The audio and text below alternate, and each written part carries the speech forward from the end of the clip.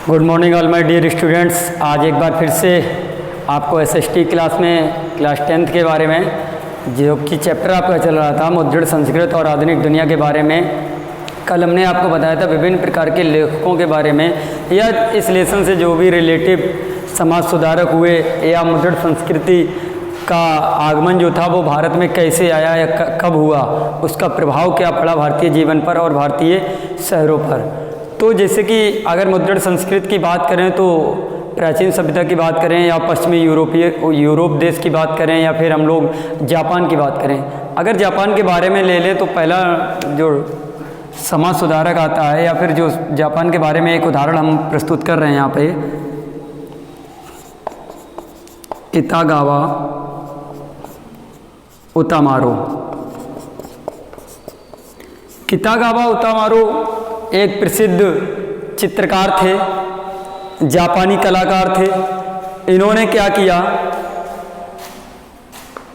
उकियो पुस्तक में, उकियो पुस्तक जिसमें कि क्या किया गया था, तैरती दुनिया के चित्र नाम पर एक चित्रित कला की गई थी। उकियो तैरती दुनिया, तैरती दुनिया के चित्र पर एक चित्रकला शैली को स्पष्ट किया गया था। इन्होंने मुद्रित संस्कृति में विशेष योगदान प्रदान किया। आगे क्या हुआ, इसी में इन्होंने ये महत्वपूर्ण थी जिन्होंने, अब इसमें क्या किया गया, जो आम आदमी का जीवन था, आम आदमी का जो शहरी जीवन था उसका चित्रण इसमें इन्होंने किया था। अब इनसे जो प्रभावित चित्रकार थे जैसे कि माने व वॉन गॉन्ग, वॉन गॉन्ग ने क्या किया, जैसे चित्रकारों को इन्होंने प्रभावित किया। अब क्या होता था, जो मुद्रित संस्कृति थी, जो प्राचीन मुद्रित संस्कृति थी, उसकी जो मूल आरेख था वो स्वतः नष्ट हो जाता था या कम समय में ही नष्ट हो जाता था। तो उसकी फोटो कॉपी बचती थी वो बचती थी, या उसको सावधानी पूर्वक रखा जाता था क्योंकि इसकी जो मूल प्रति थी वो बिल्कुल पूरी तरीके से नष्ट हो जाती थी। तो इसमें ज़्यादा कुछ आपको करना नहीं है। अतलगुत्री में पूछा जाता था या पूछा जाएगा कि कितागावा उतामारो कौन था, तो आप बताएंगे एक जापानी कलाकार, चित्रकार और कलाकार थे। ये इन्होंने किसको चित्रित किया था, उकियो नामक तैरती दुनिया का एक चित्र बनाया था जिसमें कि उन्होंने आम आदमी के शहरी जीवन का व्याख्यान किया था, चित्रण किया था। अब जो इनसे प्रभावित चित्रकार थे या जो कलाकार थे वो वॉन गॉन्ग और माने थे, ये इनसे प्रभावित हुए थे। ये तो था कितागावा उतामारो के बारे में। अब अगर आगे हम लोग बात करें तो मार्टिन लूथर के बारे में।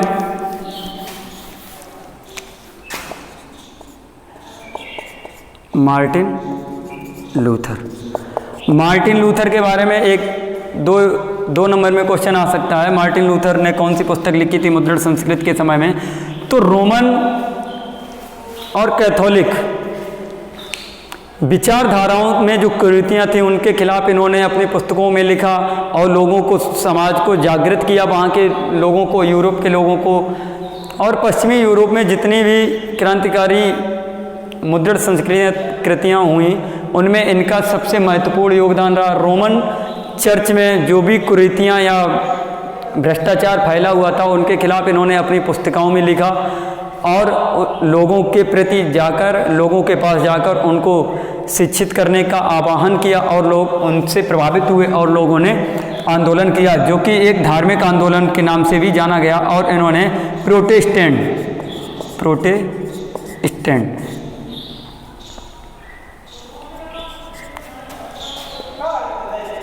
धर्म की स्थापना की और धर्म सुधार आंदोलन चलाया।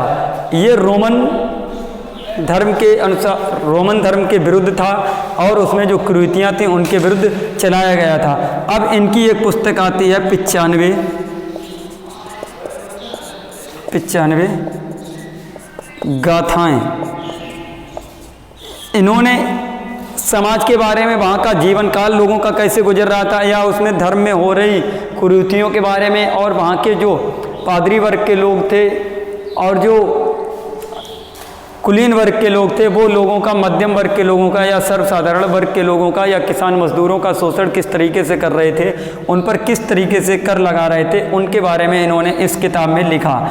और लिखा ही नहीं बल्कि इनकी अत्यधिक पुस्तकें को छापा गया और लोगों में प्रसारित की गई, अर्थात बांटी गई, जिससे कि लोग प्रभावित हुए और अपने बारे में, अपने शोषण के बारे में लोगों ने जाना, और जिसके बाद वो लोग प्रोटेस्टेंट धर्म सुधार आंदोलन में शामिल हुए, अर्थात रोमन कैथोलिक जो भी रीति रिवाज परंपराएं जो इनमें कुरीतियाँ थीं, उनके खिलाफ लोगों ने बोलना स्टार्ट किया और लोगों ने आंदोलन प्रारंभ करना स्टार्ट कर दिया। ये तो थी कितागावा उतामारो और मार्टिन लूथर की कहानी और उनकी पत्रिकाएं। जो प्राचीन काल की जो पुस्तिकाएं थीं या जो प्रिंटिंग प्रेस थी, उनको अधिक समय लगता था छपने में और भरने में और लोगों तक पहुंचाने में। लेकिन जब आधुनिकीकरण हुआ तो क्या किया गया, विभिन्न प्रकार की मशीनों ने लोगों के काम को आसान कर दिया। एक जो काम कई वर्षों में होता था, कई घंटों में होता था, वो काम अब कुछ समय अंतराल होने लगा, अर्थात घंटों जो काम वर्षों में होता था उसको महीनों में किया जाने लगा। अर्थात विभिन्न प्रकार के जो भी समय बचत थी या जो मूल्य दर की बचत थी वो बचाया गया, और कम समय में लोगों को कम से कम शब्दों में और अत्यधिक आधुनिक विचार लोगों में बौद्धिक क्षमताओं का समाकलन हुआ, जिससे कि नई संस्कृतियाँ, नई और लोगों ने तर्क वितर्क और बौद्धिक और वैचारिक धाराओं में मंथन करना प्रारंभ किया और अपने शोषण के विरुद्ध आवाज़ उठाना प्रारंभ किया। जैसे कि अगर भारत की बात करें तो प्रारंभिक जो मुद्रण संस्कृति का जो विकास भारत में हुआ था, अर्थात बोल सकते हैं कि भारत में मुद्रण संस्कृति का आगमन तो 16वीं शताब्दी में मुद्रण संस्कृति का विकास भारत में हुआ। अब मुद्रण संस्कृति जो थी वो भारत में कैसे आई? जो मुद्रण संस्कृति थी वो पुर्तगालियों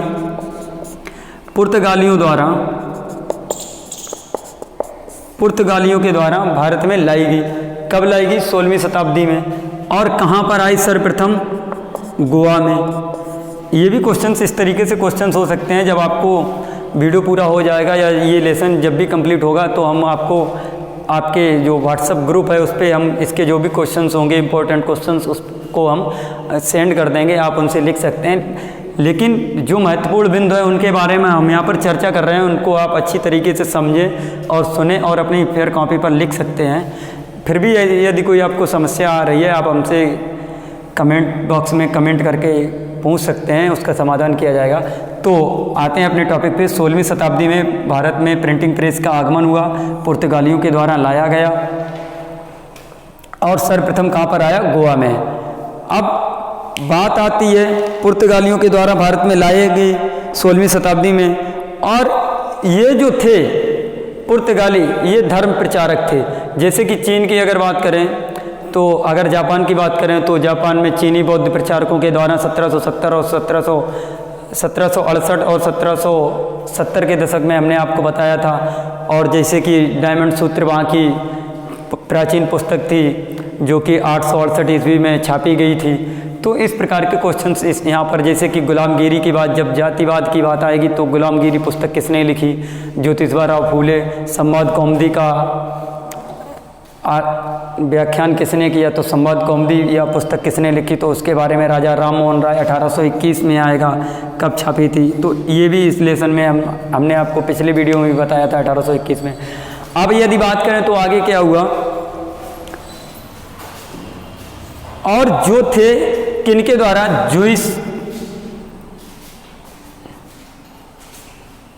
जेसुइट पुजारियों द्वारा इसको लाया गया था। और जेसुइट पुजारियों ने सर्वप्रथम कन्नड़ भाषा में इसका व्याख्यान किया। किस भाषा में? कन्नड़ भाषा में। तो कन्नड़ और कोंकणी भाषा में, किसमें? कोंकणी भाषा में जेसुइट पुजारियों द्वारा कई ऐसी पुस्तकें थीं उनको छापा गया। और 1664 ईस्वी में 1674 ईस्वी तक कोंकणी भाषा का जो था प्रकोप वो बढ़ गया था। और इन्होंने जेसुइट पुजारियों ने क्या किया, लगभग 1674 तक कन्नड़ भाषा की, ऊपर लिखे दे रहे हैं, 1674 तक कन्नड़ भाषा की लगभग 50 पुस्तकें छाप दी थी। तो ये था जेसुइट पुजारियों द्वारा कोंकणी भाषा को सर्वप्रथम भारत में लाया गया और 1674 तक कन्नड़ भाषा में 50 पुस्तकों को छाप दिया गया। आगे की अगर बात करें तो इसी चैप्टर में तेलुगु भाषा की या फिर कैथोलिक धर्म प्रचारकों ने क्या किया, कैथोलिक धर्म प्रचारकों ने 1579 ईस्वी में क्या किया, यहाँ पर इन्होंने विभिन्न प्रकार की, जैसे कि कोचीन की अगर बात करें तो कहाँ पर, कोचीन में पहली तमिल पुस्तक कहाँ पर, कोचीन तमिलनाडु में, कोचीन तमिलनाडु में 1779 ईस्वी में इन्होंने क्या किया,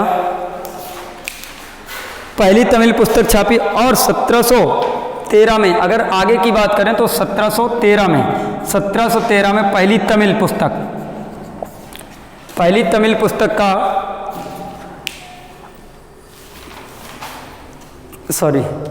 पहली तमिल नहीं, यहाँ पर होगा पहली मलयालम।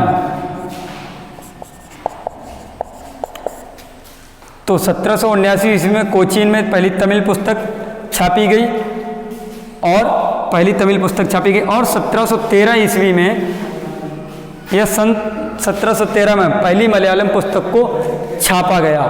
आगे की अगर बात करें तो यहीं पर इन्होंने क्या किया, आगे डच प्रोटेस्टेंट धर्म प्रचारकों ने 32 तमिल की किताबें छापी। कितनी? 32। किसके द्वारा? डच धर्म प्रचारकों द्वारा 32 किताबें जो थीं वो डच धर्म प्रचारकों के द्वारा भारत में छापी गई थीं, जिनकी प्राचीन पुस्तकों का अनुवाद यहाँ पर किया गया था। तो इसमें जो मेन इंपॉर्टेंट क्वेश्चंस थे वो हम आपको बता रहे हैं। क्या किया गया, जेसुइट पुजारियों के द्वारा जो भारत में मुद्रण संस्कृत का जो विकास हुआ था 16वीं शताब्दी में किसके द्वारा किया गया, पुर्तगालियों के द्वारा। कहाँ पर? सर्वप्रथम गोवा में। और जेसुइट पुजारियों ने कोंकणी भाषा में 1774 तक 50 पुस्तकें छाप दी थी। कन्नड़ भाषा में 50 पुस्तकों का समाकलन कर दिया था। अब अगर आगे की बात करें तो उसी चैप्टर में 1569 में कोचीन में 50 लगभग तमिल पुस्तकें छाप दी। उसके बाद 1773 में पहली मलयालम पुस्तक और यहाँ पर पहली कोंकणी पुस्तक या पहली कन्नड़ पुस्तक कब छापी गई? 1779 में। अब पहली मलयालम पुस्तक कब छापी गई? पहली मलयालम जो पुस्तक है वो छापी गई है 1713 में। अगर आगे की बात करें तो बंगाल गजट,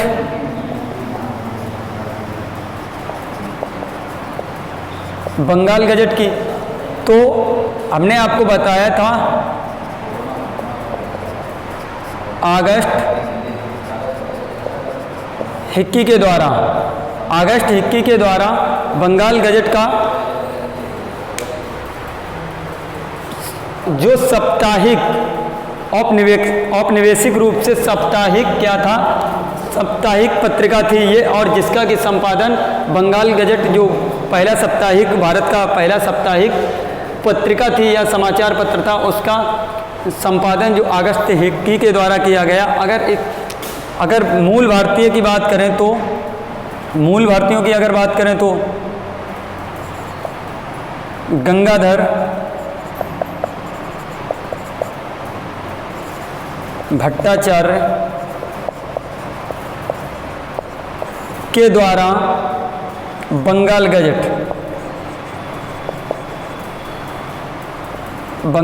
गजट का संपादन किया गया। आगे इसी चैप्टर में हम जो भी इम्पोर्टेंट क्वेश्चंस हैं उनके बारे में अभी फिर से बताएंगे। इसका जो संपादन था वो 1700 कब किया गया? 1780 में। अब इसमें किया जाता था, क्या छापा जाता था? इसमें दासों की बिक्री और अंग्रेजों के जो आपस में बातचीत होती थी उसके बारे में यहाँ पर बताया जाता था। तो यहाँ के जो वर्तमान गवर्नर थे, कौन? वर्तमान गवर्नर वारन हेस्टिंग्स। कौन? वारन हेस्टिंग्स ने क्रोधित होकर अगस्त हिक्की पर मुकदमा दायर कर दिया था और उनको जेल में डाल दिया था, क्योंकि वहाँ पर सिर्फ अंग्रेज़ों के बारे में बात हो रही थी और दासों की बिक्री के अनुसार उन पुस्तकों में छापा जा रहा था। इस पुस्तक को कब छापा गया? बहुविकल्पीय क्वेश्चन हो सकता है, अतलगोत्रीय हो सकता है। भारत का पहला साप्ताहिक बंगाल गजट कब और किसके द्वारा छापा गया? तो अगस्त हिक्की के द्वारा 1780 में। और ये जो था औपनिवेशिक रूप से था। अब जो भारत का मूलतः था वो अभी हमने आपको बताया, गंगाधर भट्टाचार्य के द्वारा भारत का पहला बंगाल गजट